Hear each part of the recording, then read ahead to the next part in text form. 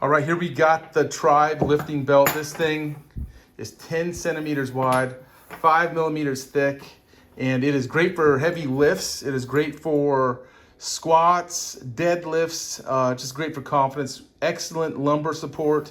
And I can tell you right now, this thing stabilizes and supports your back.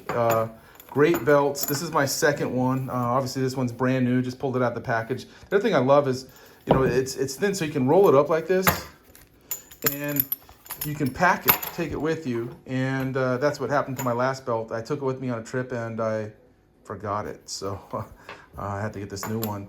And I figured, why not just do a quick review on opening this thing. So the thing I'll say, lightweight, comfortable, and then they're actually put together really, really well. I remember back in the day, many years ago, these things were a lot thicker. You couldn't roll them up like this. They kind of always just kind of stayed.